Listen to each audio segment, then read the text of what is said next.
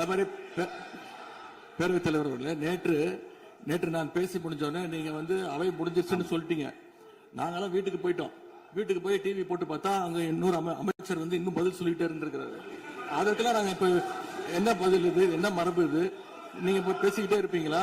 நாங்க பாத்துக்கிட்டே இருக்கணுமா?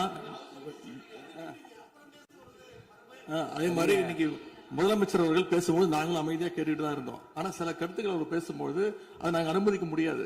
ஆதாரத்தோடு ஏதாவது பேசணும்னா, குற்றச்சாட்டுகள் சொல்லும் போது ஆதாரத்தோடு சொன்னீங்கன்னா அதை நாங்க ப்ரூவ் பண்றதுக்கு தயாராக இருக்கு. மாண்புமிகு உறுப்பினர் அவர்கள் இருங்க. நேற்று மாண்புமிகு எதிர்க்கட்சி தலைவர்கள் பேசியதும் மாண்புமிகு பொதுப்பணித் தலைவர்கள் பேசியதும் ஆதாரம் இல்லாமல் பேசக்கூடாது என்று நான் சொன்னேன். ஆய்வு செய்து நீக்கப்பட வேண்டியது நீக்கும் என்று சொன்னேன். இப்போது மாண்புமிகு முதல்வர் அவர்கள் பேசி முடிக்கட்டும். நீங்கள் கூறிய கருத்துப்படி அதில் ஆதாரங்கள் இல்லாத குறிப்பாக இருந்தால் அதை நீக்குவதற்குரிய உரிமை எனக்கு இருக்கிறது.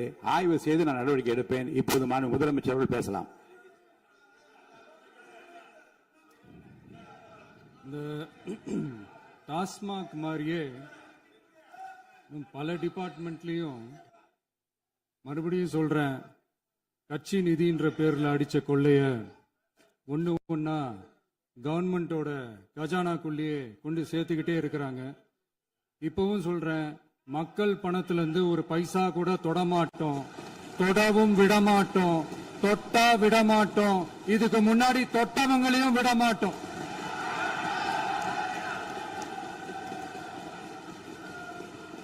ஒவ்வொரு ஊழலா வெளியில வரும் போலே, ஒவ்வொரு வேஷமா கலைஞ்சிரும் போலே, இங்க இருக்கிற நிறைய பேரு நடுங்கி போய் இதுல நம்ம மேல அவதூறு வேற. இப்ப புதுசா ஒரு வெப்பன் ஒண்ணு கொண்டு வந்திருக்காங்க. அது என்ன தெரியுமா? அவங்க தயவால தான் நம்ம ஆட்சி நடக்குதான். மக்கள் தயவால இந்த ஆட்சி நடந்துகிட்டு இருக்கு. மனசாட்சி உள்ள சக்திகளோட ஆதரவால இந்த ஆட்சி நடந்துகிட்டு இருக்கு. நாங்க தான் அனுப்பி வச்சோம் அப்படின்றாங்களே. அனுப்பி வச்சவங்களுக்கு மினிஸ்ட்ரியில இடம் கொடுத்தா ஏன் கதறீங்க? ஏன் இவ்வளவு கோவம்? ஏன் இவ்வளவு கதறல்? இதுல இன்னொரு முக்கியமான விஷயம், மார்க்சிஸ்ட் கம்யூனிஸ்ட் கட்சி நமக்கு ஆதரவு கொடுத்தது சுயேட்சையா எடுத்த முடிவுன்னு சொல்றாங்க. அதே மாதிரி இந்திய கம்யூனிஸ்ட் கட்சி நமக்கு ஆதரவு கொடுத்தது சுயேட்சையா எடுத்த முடிவுன்னு சொல்றாங்க. இதுல எங்க இருந்து நாங்க தான் அனுப்பி வச்சோம்னா புரியலையே.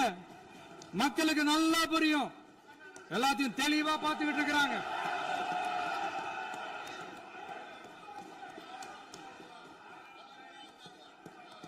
முதலமைச்சர் கண்டினியூ பண்ணலாம். முதலமைச்சர் முதலமைச்சர்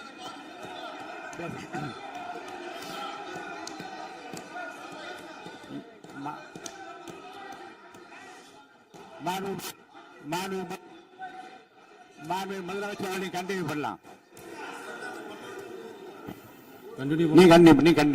நீ கண்டினியூ பண்ணலாம்.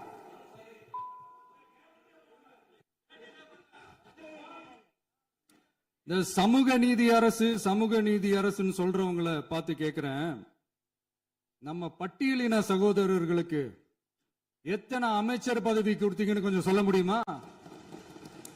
ஆனா நம்மளுடைய அரசுல 8 அமைச்சர் பதவிகள் யாருக்கு? நம்ம பட்டியலின சகோதரர்களுக்கு. எல்லாம் நம்ம அண்ணன், நம்ம தம்பி, நம்ம தங்கச்சிங்க. அண்ணல் அம்பேத்கர் அவர்களுடைய கிட்டத்தட்ட 100 ஆண்டு கால கனவு இப்ப நிறைவேறி இருக்கு. நான் ஏன் கொஞ்சம் சவுண்டா பேசுறேன் அப்படின்னா அவங்களுக்கு கேட்கணுன்றதுக்காக தப்பா எடுத்துக்காது.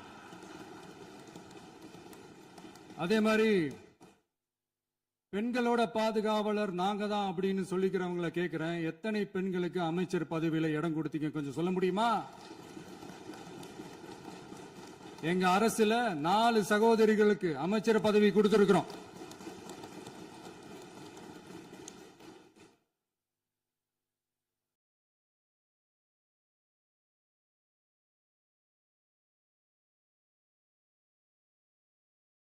அதனால மக்களால் நிராகரிக்கப்பட்டு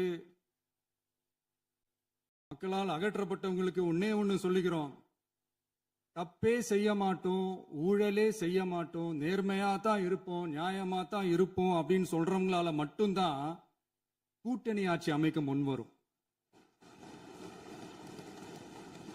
ஆட்சியிலையும் பங்கு, அதிகாரத்திலையும் பங்கு கொடுக்க முன்வரும். ஊழல்லையே ஊறி போனவங்களால இந்த கூட்டணி ஆட்சியோ, ஆட்சியிலையும் பங்கோ, அதிகாரத்திலையும் பங்கு கொடுக்க முன்வராது. மெஜாரிட்டி இருந்தாலும் தரமாட்டாங்க, மெஜாரிட்டி இல்லைனாலும் தரமாட்டாங்க. கேட்டா ரெடிமேடா ஒரு பதில் ஒண்ணு வச்சிருப்பாங்க, கூட்டணி ஆட்சியை மக்கள் விரும்ப மாட்டாங்கன்னு. அதே மக்கள் தான் இப்ப அவங்கள பார்த்து சிரிக்கிறாங்க. நான் பதவியேற்ற அன்னைக்கு கொஞ்சம் டைம் அவகாசம் கேட்டேன். எதுக்கு கேட்டேன்? நிதி நிலைமைலாம் கொஞ்சம் மோசமா இருக்குது, அதெல்லாம் கொஞ்சம் சரி செஞ்சுக்கிட்டே படிப்படியா கொஞ்சம் கொஞ்சமா நான் கொடுத்த வாக்குறுதிகள்லாம் செயல்படுத்துவேன், அதுக்காக கொஞ்சம் டைம் அவகாசம் கேட்டேன். நான் ஏதோ வேற எதுக்காகவோ வேற யாருக்காகவோ ஏதோ அவகாசம் கேட்ட மாதிரி. அடுத்து இங்க சபையில இல்லாதவங்களை பத்தி பேச வேண்டாம்னு நினைக்கிறேன்.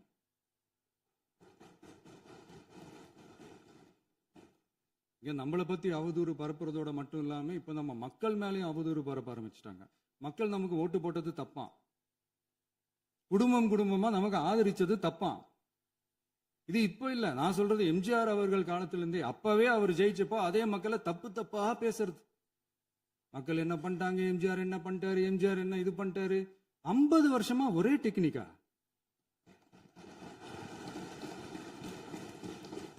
டெக்னாலஜி எல்லாம் மாறி வேற எங்கேயோ போயிட்டு இருக்கு. பஸ்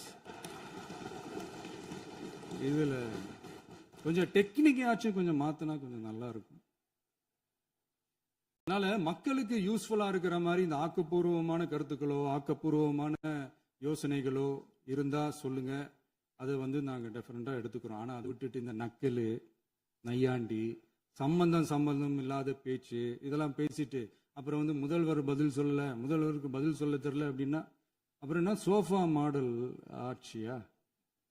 அது என்னன்னு புரியறதுக்கு எனக்கு ரொம்ப நாள் ஆச்சு.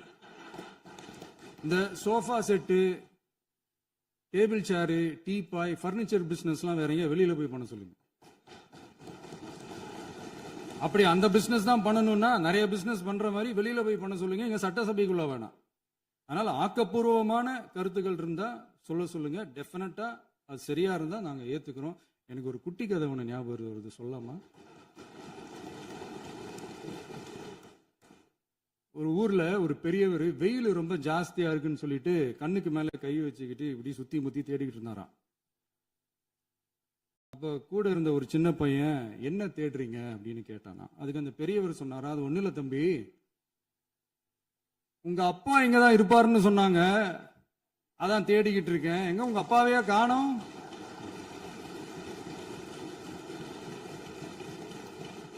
இல்ல அந்த எங்களுக்கும் நக்கலா நையாண்டியா